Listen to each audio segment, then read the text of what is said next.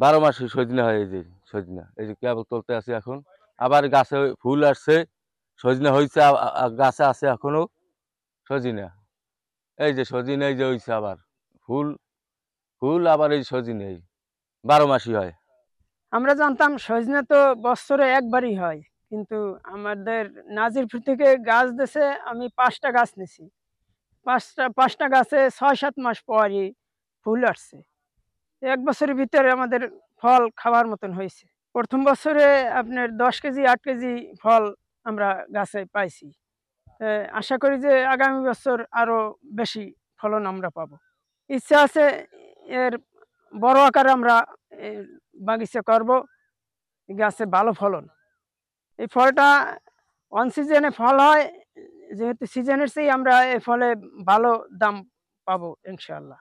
আমরা নাজিরপুর কৃষি অফিস থেকে ধরেন কৃষি অফিসার বা উপসহকারী কৃষি অফিসার বিজনবুর মাধ্যমে আপনার ওই কিছু সজনে, সে আমাদের বললো যে তোমার আপনার কিছু সজনের চারা নেন। আমি বললাম কত? সে বললো 2 মতন। তখন চারাগুলো আপনার 1 থেকে 1.5 ফিট ছিল। তাই আমার বললো যে এটা 12 মাসে সজনে। আসলে আমাদের বিশ্বাস হয় নাই যে আসলে 12 মাসে সজনে হয়। আমরা এখন এটা বিশ্বাস করিনি। তখন আসলে আমরা পরীক্ষামূলকভাবে আনলাম, না চাষিদের মাসে ভাগ ভাগ করে দিলাম। দেখা আসলে রোপণ করার 6-7 মাসের ভিতরেই সজনে গাছগুলোতে ফুল দেখলাম। তারপরে বিশ্বাস হয় না যে সম্ভবত ফুল ঝরে যাবে, কিন্তু আসলে দেখতেছি না, প্রচুর পরিমাণে সজনে আসলো। প্রচুর পরিমাণে সজনে আসলে এই দেখেন আপনার গাছগুলা, আপনার দেখেন 10 থেকে 11 মাস বয়স, আপনার সজনে খাচ্ছে, আবার প্রচুর পরিমাণে ফুল আসছে। আসলে এটা একটা বিস্ময়কর এই যে আপনার 12 মাস সজনে থাকে, এবং যে লাগানোর মাত্র 1 বছরের পরে সজনা ফল আসলো। কেমন আছেন? ভালো আছি। ভালো আছেন? হ্যাঁ, ভালো আছি। আপনার পরিচয়টা দেন। আমি বিজন কৃষ্ণ হাওলাদার, উপসহকারী কৃষি অফিসার, নাজিরপুর কর্মরত আছি আমি। আপনার হাতে তো দেখতেছি সজিনা। হ্যাঁ, এটা 12 মাসি সজনা। 12 মাসি। এটা কি জাতের সজিনা? এটা ওডিসি 3। ওডিসি 3। আমরা তো জানি যে সজিনা বছরে মাত্র একবার ফল দেয়। সেক্ষেত্রে 12 মাসি সজিনার ফল এবং এর চাষ পদ্ধতি, এছাড়া এর চাষের সুবিধা, এই প্রসঙ্গে আপনার সাথে কথা বলবো। ১ম এ জানতে চাই এই 12 মাসি সজিনা সম্পর্কে। এর আ জাতটা কি এবং এর চাষী কেন চাষ করবে? আসলে আমরা জানি যে সজনে আমরা ছোটবেলা থেকে দেখে আসছি বছরে একবার হয়। কিন্তু বিভিন্ন গবেষণা প্রতিষ্ঠান 12 মাসি সজনের জাত আবিষ্কার করেছেন, এবং তারই ধারাবাহিকতায় আমরা কৃষকদের জন্য গত জুলাই মাসের শেষের দিকে আমরা একটা প্রকল্প পাই জিকেবিএসপি আইডিপি প্রকল্প থেকে, যে এটা ওডিসি 3 নামের একটা জাত, এবং এই জাতটা ইন্ডিয়া থেকে সরাসরি চলে আসছে বীজটা। তো এটার বিশেষত্ব হলো যে এটা 12 মাস গাছে সজনে থাকবে।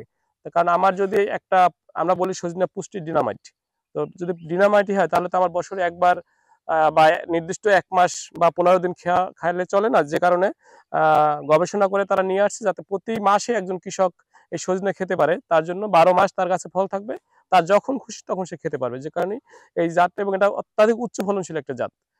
আপনার এই ছোট ছোট গাছগুলো দেখতে পাচ্ছেন, গাছের বয়স 1 বছর হয়নি, কিন্তু এই 1 বছরের মধ্যে একটা গাছে আপনার একটা গাছে 5 থেকে 7 কেজি 8 কেজি পর্যন্ত সজনে হয়ে গেছে। এর দেখা গেছে আপনার অনেক বড়, বড় সাইজের সজিনা। কয়টার কেজি হইতে পারে? এটা সম্ভবত 9 থেকে 10টা, কোনো ক্ষেত্রে 12টা পর্যন্ত লাগবে আর কি 1 কেজি সজনে হইতে। এভারেজে 10 টাই কেজি হইতে পারে। 10টা 1 কেজি হতে পারে। সেক্ষেত্রে আমি একটা তথ্য যেটা জানতে পারছি ইন্টারনেটের মাধ্যমে, যে এর পাতার গুঁড়া এইটাও একটা উপকারী। জি, জি। যেটা মরিঙ্গা পাউডার বলে। জি। পিরোজপুরে নাজিরপুরে তো এই ১ম চাষ সজিনা এবং 12 মাসি সজিনা। এর আগে ছিল দেশি সজিনা চাষ ছিল, কিন্তু 12 মাসিটা ছিল না। সেক্ষেত্রে গাছের বয়স এই 12 মাস, 11 মাস। তো কেমন ফলন দেখলেন, গাছের গ্রোথ কেমন দেখলেন, এ পর্যন্ত কি রকমের চাষী ফল সংগ্রহ করছে এবং এর চাষ পদ্ধতিতে আসলে কি রকমের আপনার চারা রোপণের থেকে শুরু করে এ পর্যন্ত কি রকমের পরিচর্যা নিতে হয়? আমরা যখন আ নার্সারি থেকে চারা এনেছি, তো চারার বয়স ছিল আপনার 45 দিন।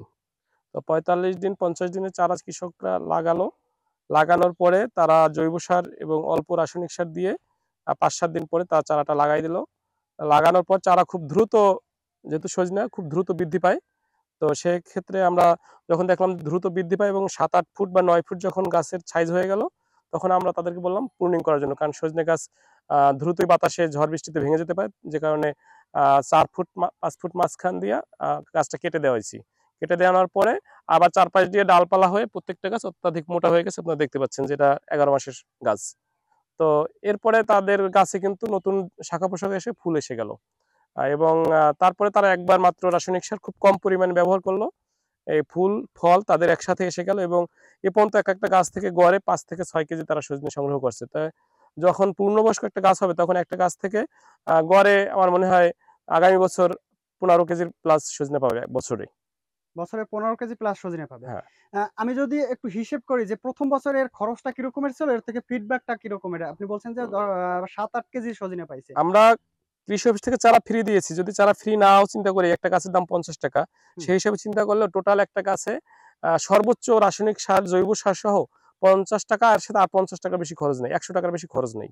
তো 100 টাকা আমি খরচ করে আমি কিন্তু 1 বছরের মধ্যেই আমি যদি সজনেকে যদি একেবারে কমও ধরি 100 টাকা, তাও আমি 500 টাকা মিনিমাম 500 টাকা কৃষক পাবে। আমরা তো এর চাষ এবং ফলন সম্পর্কে জানলাম। এর সম্ভাবনা কতটা? আমাদের এই অঞ্চলের এই মাটি এবং জলবায়ুতে এর চাষের সম্ভাবনা আসলে কতটা?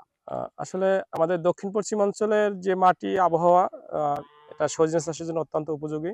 কারণ এই অঞ্চলের মাটিতে অল্প হলেও স্যালাইনিটি আছে। তো সেই স্যালাইনিটির মধ্যে যে আপনার সজনেগুলো দেখতে পাচ্ছেন, এখানে এই মাটির সজনে চাষের জন্য অত্যন্ত উপযোগী, এবং আগে থেকে যারা সজনে চাষ করে আসছে এক এক মৌসুমের, যেটা এখন তো 12 মাসই, তো এক মৌসুমের গুলো তারা ভালোভাবে এখানে সজনে হয়, এবং এই এলাকার মানুষ সজনে খেতে অভ্যস্ত। তো আমরা দেখলাম যে বিভিন্নভাবে যে গাছগুলো প্রাপ্তবয়স্ক গাছ, একটা গাছ থেকে বছরে গড়ে প্রায় 30 কেজির মতো সজনে পাওয়া যায়। তো সেক্ষেত্রে এটা অত্যন্ত লাভজনক একটা ফসল, এবং প্রত্যেকটা সজনে জানেন যে আহ, পুষ্টি সমৃদ্ধ এবং এটা সুস্বাদু, যে কারণে এই এলাকার মানুষ যারা সজনা খাচ্ছে একবার, তারা এখন বারবার খেতে চাচ্ছে, এবং তারা দামের কথা চিন্তা না করেই তারা সজনের পিছনে ছুটছেন। সজিনা চাষে রোগ পোকামাকড় সহ প্রাকৃতিক যে সমস্যা আছে, এর কি সমস্যা আছে? সজনার প্রধান সমস্যা প্রাকৃতিক দুর্যোগ। তো আমরা দক্ষিণাঞ্চলের মানুষ, যেখানে ঝড় বৃষ্টি হঠাৎ করে ঝড় বৃষ্টি বন্যা হয়ে যায়, এবং বন্যা হয়ে গেলে সজনে গাছগুলো বাঁচিয়ে রাখা অত্যাধিক কষ্টসাধ্য, কারণ এগুলো অনেক নরম গাছ, এবং এটার অন্যান্য রোগ পোকামাকড় নাই বললেই চলে। এই গাছে আমি এখন পর্যন্ত কখনো কোনো কৃষককে দেখি নাই যে কীটনাশক স্প্রে করা বা সার ব্যবহার আছে, কিন্তু কীটনাশক এবং ছত্রাকনাশকের ব্যবহার নাই বললেই চলে। তো এটা এই জন্য এই গাছে উৎপাদন খরচ অনেক কম। প্রাকৃতিক দুর্যোগ যেটা হয়, ঝড়ের জন্য সমস্যা হতে পারে, এছাড়া এর ব্যতীত কোনো রোগ পোকামাকড় বা না কোনো না, সমস্যা এছাড়া নেই। এছাড়া কিছু সমস্যা নেই। তাহলে দেখা গেছে যে আমাদের এই যে পিরোজপুরের নাজিরপুরের যে মাটি, এটা সজিনা চাষের জন্য অত্যন্ত উপযোগী একটি মাটি উপযোগী এলাকা। এবং বাণিজ্যিক চাষের জন্য সম্ভাবনাময় একটা ফসল। হ্যাঁ, আমরা বিভিন্নভাবে দেখছি একটা প্রাপ্তবয়স্ক খামার থেকে যারা বাণিজ্যিকভাবে অন্যান্য এলাকায় করেছেন, তাতে 1 বিঘা জায়গা থেকে 2 লাখ 2.5 লাখ টাকা পর্যন্ত সজনে চাষে লাভ অনায়াসেই করা যায়। সেক্ষেত্রে অন্যান্য ফসলের তুলনায় দেখা যাচ্ছে আমি যদি অন্য একটা ফসল করি, তাহলে আমার চিন্তা থাকবে যে এটা রোগ পোকামাকড়ে আছে, হ্যাঁ, তারপরে হচ্ছে আমার পরিচর্যার ব্যাপারটা। এখানে বিশেষ কোনো পরিচর্যারও দরকার হয় না না। এখানে বিশেষ পরিচর্যা করার দরকার নেই। আবার যে জমিতে সজনে চাষ করে সে ইচ্ছা করলে ছোট ছোট শাক এবং সবজি জাতীয় যে ফসলগুলা সে অনায়াসেই মাটিতে চাষ করতে পারবে। যে হাট পূর্ণিমার সময়টা, ওই সময়টায় অন্য সবজি চাষ অন্য করতে পারবে। সবজি চাষ করতে পারবে। ঠিক আছে দাদা, ধন্যবাদ, ভালো ধন্যবাদ থাকবেন। আপনাকে।